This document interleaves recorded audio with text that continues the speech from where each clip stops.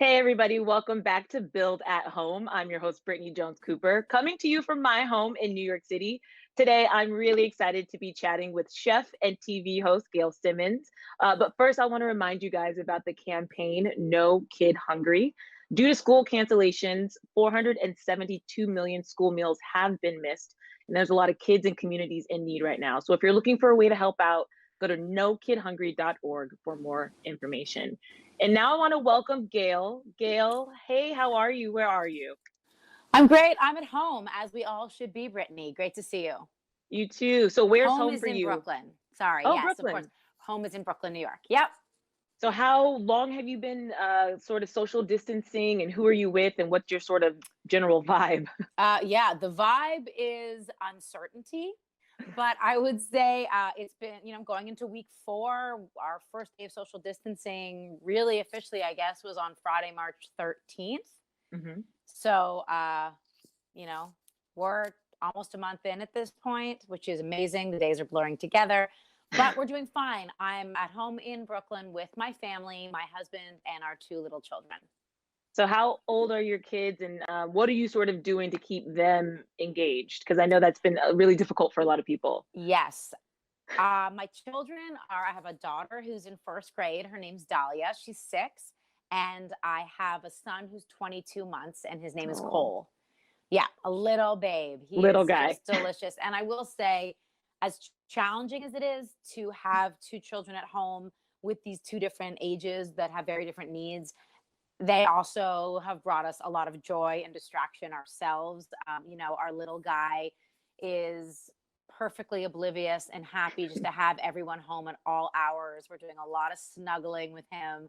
And his big sister is just being awesome, getting time to, teach him to do things. And she's been such a great helper. She helps bathe him, she helps feed him. Oh. She loves to help him color. And that's been, really quality time that ironically we wouldn't have gotten otherwise in so many different ways when she's at school and we're both working full time. What are we doing to distract them? Everything and anything.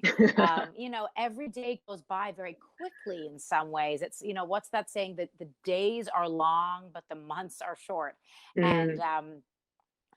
we are doing a lot of coloring, a lot of art projects, a lot of cooking and baking projects, with my older daughter, of course. Cole is a little young, but he loves doing simple things like stirring. He's gotten really attached to our salad spinner. So we put lots of greens in the salad spinner, and he sits there pumping it and drying the lettuce for us. We've been doing things like the Mo Williams Doodle Hour. We've been doing my daughter's ballet class on Zoom, her gym class, her Girl Scouts meeting, and then, of course, homeschooling. Yeah. And we are trying to get outside every day. We have some beautiful garden space in our house. We feel very, very lucky to have it. And so we get out there every day. My daughter has become an expert rope jumper, jump roper. And my son, we got him a scooter the day before we Ooh. really went into shutdown mode. And this little shrimplet of a guy has just mastered the scooter up and down our garden paths. So that's been really great. That's amazing. That was great timing on that purchase though, Mom, with the scooter. Yes. Well Well, it was played. purposeful. We thought now that we think we're going to be home for a bit, we need to get him a physical activity because he can't, Absolutely. do as much as bigger kids. Yeah, it seems like you guys are staying busy. That is very different than my social distancing, which has just been a lot of like sitting still and watching Right. things. You have I a mean, busy I home. can't say I'm not envious in ways. I think parents, especially parents of small children like us, are feeling the grind. It's a different kind of busy. I have to say, and I'm not complaining because we are healthy and we are well and we are together, but it is a marathon every day. I feel like from the second I get up until 9, 10 o'clock at night, for my husband and I with 2 small children, we Yeah. do not sit down. I barely have time to eat. I might be like the only person losing weight in this quarantine because I don't have time to eat meals because I'm spending all my time cooking meals for my family. And I just feel like, if we're not cooking or cleaning or doing laundry or homeschooling or changing a diaper or making sure we have groceries or getting outside, we're just sort of flat out by the end of the day. I am in a weird way, envious of my friends who have older children or Yeah. who don't have children, because they get some peace and quiet. And I could really use even an hour of that right now. But as long as we are all in our own lives, keeping healthy and well, I don't really care how I get through this. Well, I just want to We'll do what take we this have to moment do. to give a shout out to all the moms and dads out there because I have a lot of friends with little babies and I just know the struggle is real, but you guys are doing it and that's awesome. You know, Um, it's also incredibly uh, warming, heartwarming to get this time with my children. And I mm, really try to not take that for granted, because I think it's something that we all have taken for granted, is being close to the ones we love, whether they're our children, our absolutely. parents, our cousins, our best friends. What I would do to sit across the table from my best girlfriend and have a cocktail right now. But I instead, know. we're doing it on Zoom, and that's okay too. And that brings up, in New York, the restaurant culture is just a part of the culture here. And so you mentioned going out and having a drink. So many of us miss going out and having a meal and Yeah. sharing that community. And we know that the restaurant industry is just really taking a hit with all of this. So what has been your read on this? Your friends, how are they doing? And what can people do to sort of help support that community? They're not doing great. I will say honestly, you don't realize it until you're in it. I don't think any of us truly understood the gravity and the breadth of the Mhm. situation until it hit us like a ton of bricks. The restaurant and event and bar industry is built on gathering, is built on bringing people together. And that's the Mhm. opposite of what we all need to do right now. And while we all understand that, it means that literally millions of people in this country are not just out of work, but there's a very good chance that most of these establishments will not be able to get up and running again after this Mhm. closing. People think that restaurants work in a way that they don't. And I think it's been very eye opening for the public to come to understand the operations of restaurants. Um, Mhm. that the margins of restaurants are so narrow when you factor in rent and cost of food and cost of staffing and Mhm. all of the factors that go into running a restaurant day to day. Restaurants live hand to mouth for themselves so that they can feed others. And right now, restaurants, bars, you know, uh, are just one of the many industries, but certainly one of the biggest industries Yeah. that's hit so hard. And the reason also is that, unlike other big industries like the cruise ship industry or the airline industry that's also taking a beating, those industries are unified. There are unions and giant corporations that Mhm. run the biggest of them. Restaurants are mainly small businesses, independently owned. So there is not an overarching corporation or union that is advocating for them. So Mhm. very, very quickly, the restaurant industry has had to mobilize together across the country at a million different levels, and that's been an incredible challenge. Thank goodness the restaurant industry is becoming part of this bailout Mhm. stimulus package, the CARES Act, and that's great, but it is not enough. It will take months, if not years, to get these restaurants back up and running, to give people back their jobs, to get us all out and eating again. And so there needs to be more. And at the Mhm. moment, there are so many people in the restaurant industry who are struggling to get food on their tables and to keep their families and their businesses alive. I know it's so scary, honestly. I have a lot of friends who serve in the city and it's just, checking in with them, making sure that they're good. I know a lot of different restaurants have Hmm. GoFundMe up for the wait Yes, staff and I think all of us just if we have a favorite restaurant and just making sure that we're checking in and trying to support that's right. support And it. it's not just the wait staff, it is all staff. It is Yeah. everyone from the manager to the dishwasher to the cooks and pastry cooks.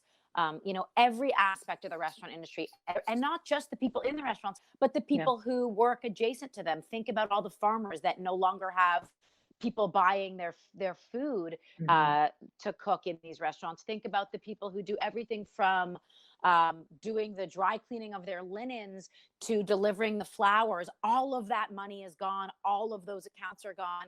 The people who program the music, the people who um, supply and are related to and adjacent to every aspect of this industry, myself included. Hmm. Most of the things I do during the year when I'm not shooting Top Chef is related to chefs as well in restaurants, festivals, events to promote and champion them. And that's all gone right now too. These are really, really uncertain times, especially for the industry. I just always send my hopes and prayers out to everybody, just Thank you. hoping that they're good, hoping that their families are good, and that we'll Well, get there through is this. hope. Thank you. There must be hope, and people are asking me every day what they can do. I think that as a civilian, as a consumer, as a lover of restaurants, the best way to help is either to give to your local restaurants, GoFundMe, buy a gift certificate from them for future use, or get takeout from them if they are providing contactless, safe takeout options for you or delivery service, and that keeps them running as well. Also, there are bigger relief funds like the James Beard Relief Fund, or Roar New York, for example, which is a local fund that is helping support and advocate for the New York restaurant industry specifically, or the national independent the National Independent Restaurant Coalition that is trying to galvanize restaurants at a national level to lobby in Congress to make sure we get what we need. So lots of ways to help. Lend your voice, lend your dollar. $5 count. If you would usually spend $20 on takeout a week, $50 on takeout, and if you still have that money, which I know a lot of people don't, but even that amount can go towards making sure that someone else is fed and has some sort of an income during this time. Absolutely. That's so important. And thank you for sharing all of those organizations, because people just need to be armed with information. So I really appreciate that. It's overwhelming. Yeah. You mentioned Top Chef, and we are in the throes of this season. Thank goodness. Yes. One thing to look forward to. So we know that's like clockwork, going to be there for us every week. How, you've been on the show for multiple seasons, but how is this season different, or what is the vibe for this season? The vibe for the season, I have to say, couldn't have come at a better time. It's incredibly uplifting. This is our 17th season, and it is an all-star season that we shot in LA in the early fall. And so it is 15 of the best chefs across all 17 seasons. Every chef on this season is either a runner-up, so they were in the top 5 of their season, or they were one of our fan favorites. So these are all extraordinary chefs who are coming back, having already opened their own restaurants. Some of them manage restaurant empires at this point. They have their own shows and cookbook products and, restaurant businesses, and they are coming back to compete for an even greater prize. The prize this year is doubled. It's $250,000. And, the stakes are high. We're in Los Angeles in the sunshine. And really what this show is about, what the show has always been about, and we maintain it even more right now, is about championing and cheerleading for the chef industry and giving viewers an inside look at the brilliance and the hard work of the chefs who are on our show. And these challenges are insane. Do you ever look at the challenges? They're hard. Do you ever look at the challenges and you're like, I couldn't do that? Or that would be really challenging for me. Every challenge. Yeah. Brittany, every challenge. I am not a chef. I want to make that clear. I used to be a cook. I worked in restaurants for a long time. But the word chef signifies the leader of a kitchen. And I am not that, nor have I ever been that. I am a critic. I am an expert. I have spent 21 years in the food industry. But I am not a chef who's cooking in a big restaurant every night. So the stuff they do, I mean, at the most basic level, I could never claim to do. I think I could get in there and give it a good try, more than maybe the average person. But time and again, when they put that food on our table at the end of every challenge, I am in awe of what they've accomplished. Wow.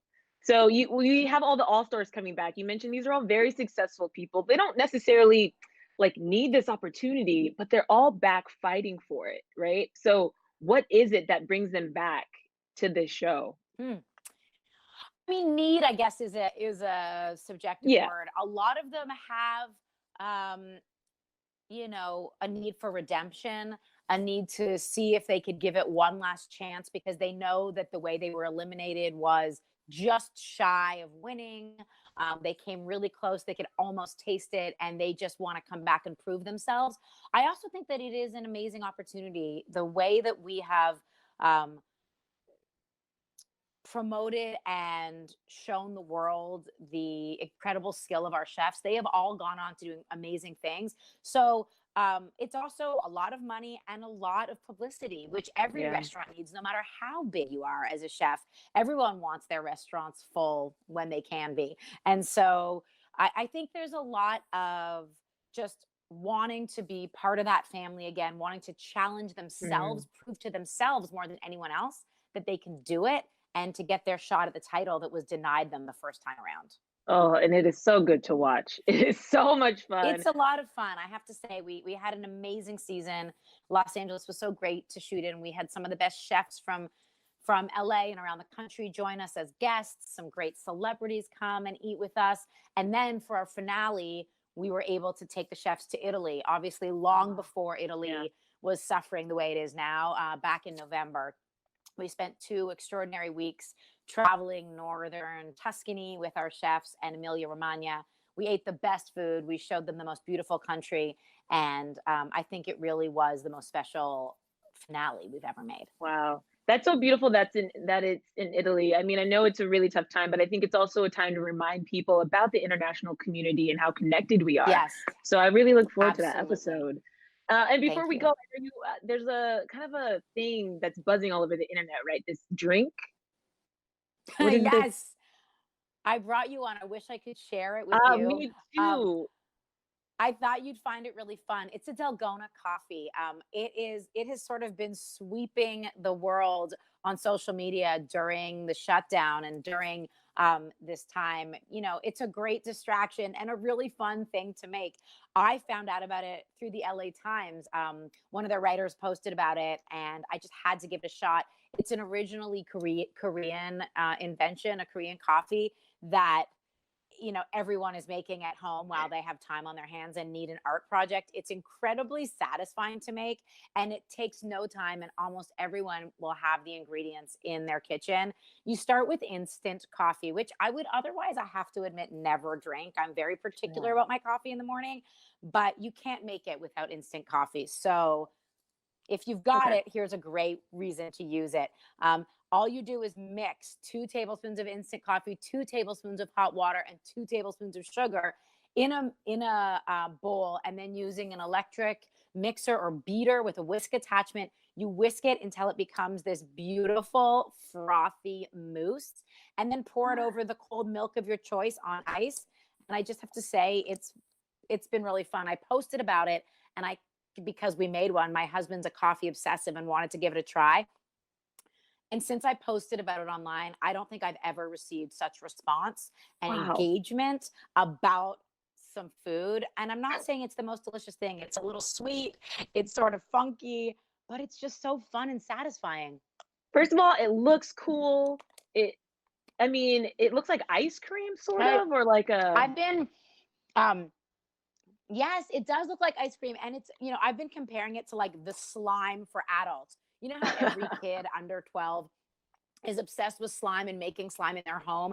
And it's not because slime is excellent. Every parent no. wants to kill a kid when they're making slime. But every kid is addicted to it because it feels cool to squish and it looks awesome and it smells good. Well, this is the slime of the grown up world, and I'm sticking to it. I have to say, I've been just drinking my plain coffee every day, and this looks like a nice way to sort of shake up my routine. So, It's a little bit of joy, and a little joy goes a long way right now, Brittany. yes, that's what I'm saying. We I all need say a just, little joy. yeah, I say just succumb to it. You won't be disappointed. Well, Gail, it was joyful speaking with you today. So much fun. I am going to make one of those drinks. And I am going to keep Go watching on Top my Chef. go on my IG, Gail Simmons Eats. You'll see my post about it, and I think you can link to the recipe. Okay, cool. I'm going to try it out. In the meantime, everybody, Top Chef airs Thursdays at 10/9 Central on Bravo. Gail, hold it down in Brooklyn with those little kids. You're doing an amazing job. You too. Thank Stay you. inside. May the We'll see force you be next with time. you. I'm thinking of you all. Stay well over there. Bye.